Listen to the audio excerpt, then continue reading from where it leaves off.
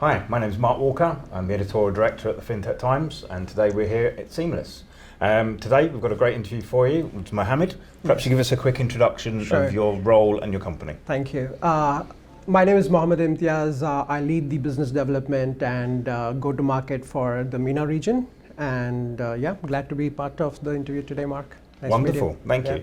So let's start with a little bit of history. Sure. So obviously Amazon Payment Services started back in 2013, Yep. I believe, in the Middle East. Yep.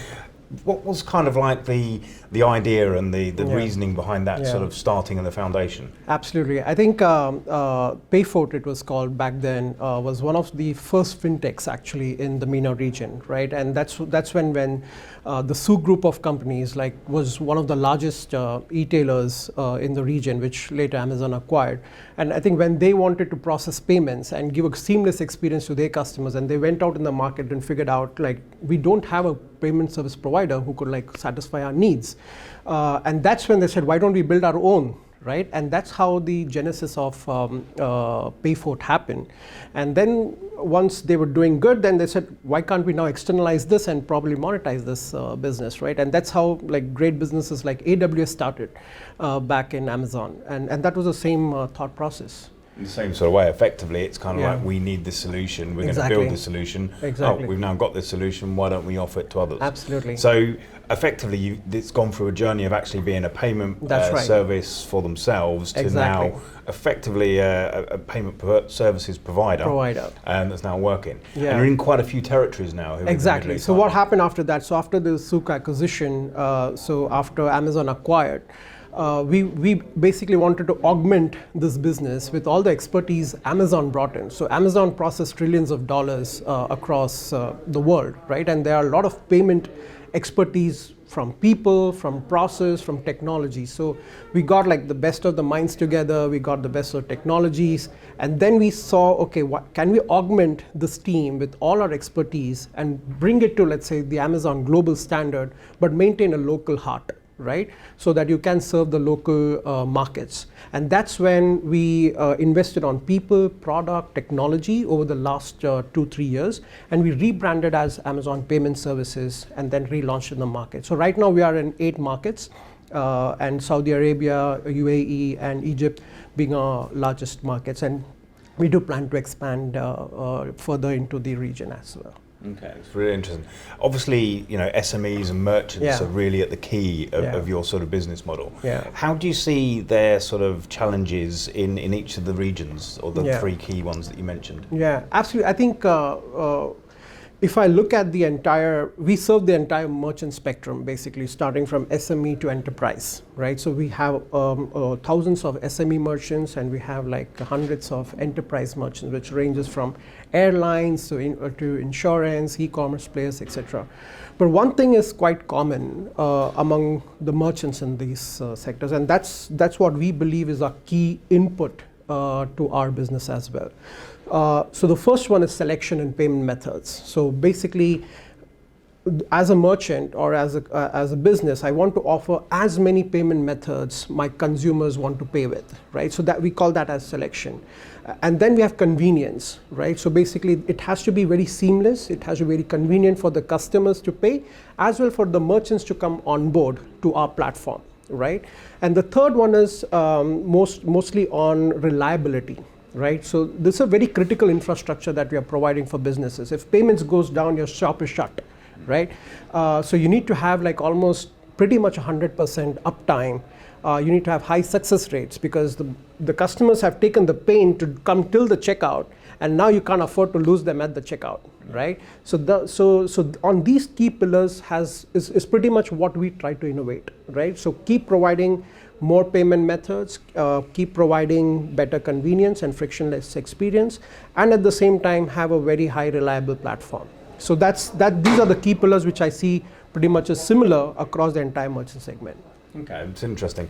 And thinking about the sort of the regions, I mean, many people through the interviews that I've done today have spoken about how the digital journey is perhaps slightly more mature here in the UAE than it is in Saudi Arabia. Absolutely. Although that's obviously increasing as well.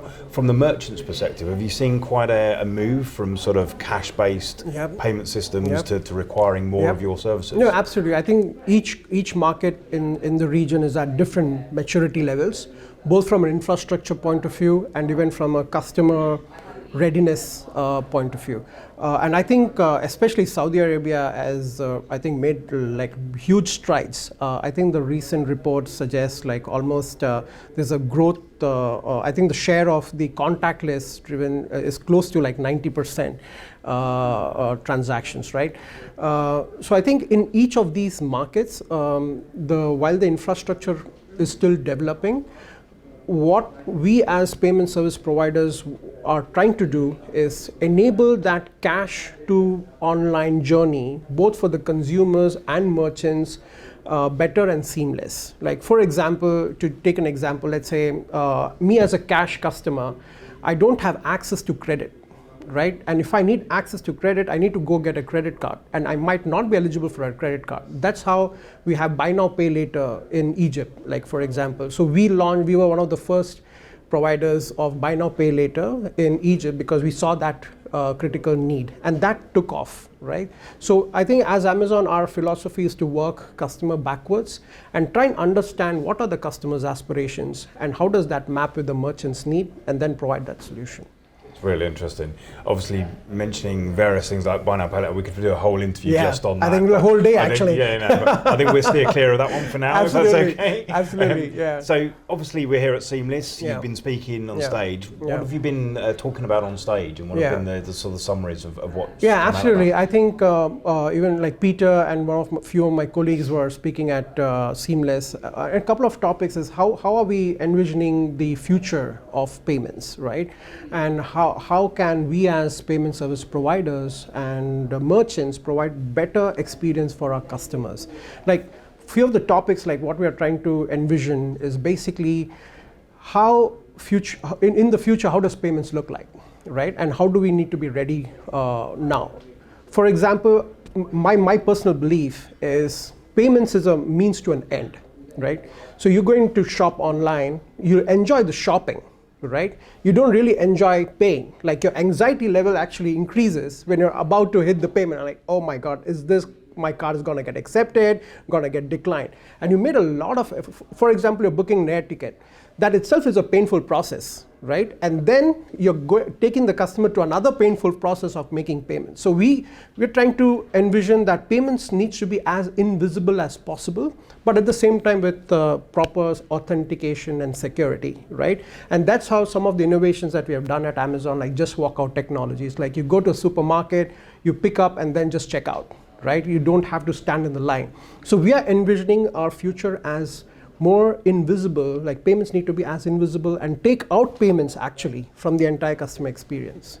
It's a really interesting sort of comment to sort of think about. Actually, you're a payment services company and you're trying to remove payments. Exactly, right? So that's basically how we want it to be redundant for the customers. So yeah. It's interesting. I was going to ask you a little bit about sort of the future, but I think you've kind of nicely summarised that from what you've been talking about. Yeah. So for my final sort of question, which is about open banking. Yep.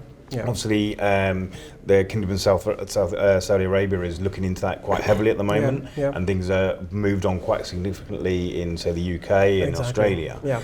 Do you see open banking payments as something that you should be looking at for the future? Absolutely. I think from the entire, like today, if you have to look at, right, like what are your options to pay? So primarily, let's say take UAE as an example. Your options to pay are pretty much a credit card or a debit card, right, apart from cash. Now, if you go to like different markets, I think the first objective of all, like whether it's government or like players like us, the objective is to see how we can include more mass into the digital economy, right? And that's most of what the governments also are pushing for. And like especially in Saudi, UAE, Egypt, governments have done a great job. So they want to democratize payments. Right? Like basically, why should I rely on just getting a card to make a payment? Like I have a bank account. All of them, like most of the masses have a bank account, but most of the masses may not have a card, or they might have a card, but they don't know how to use it. So how can you take that out of the equation? And can I make the bank to bank payments or bank to merchant payments as seamless as sending a WhatsApp message, right? I think, and that narrative has been very successful in countries like India, UK, etc., right? So I do certainly believe that is definitely going to take a huge uptake. One, because it is going to involve a lot of consumers in the digital economy. Second, more seamless experience. And third, even from a commercial standpoint for a merchant, it is much more less expensive than processing a credit card.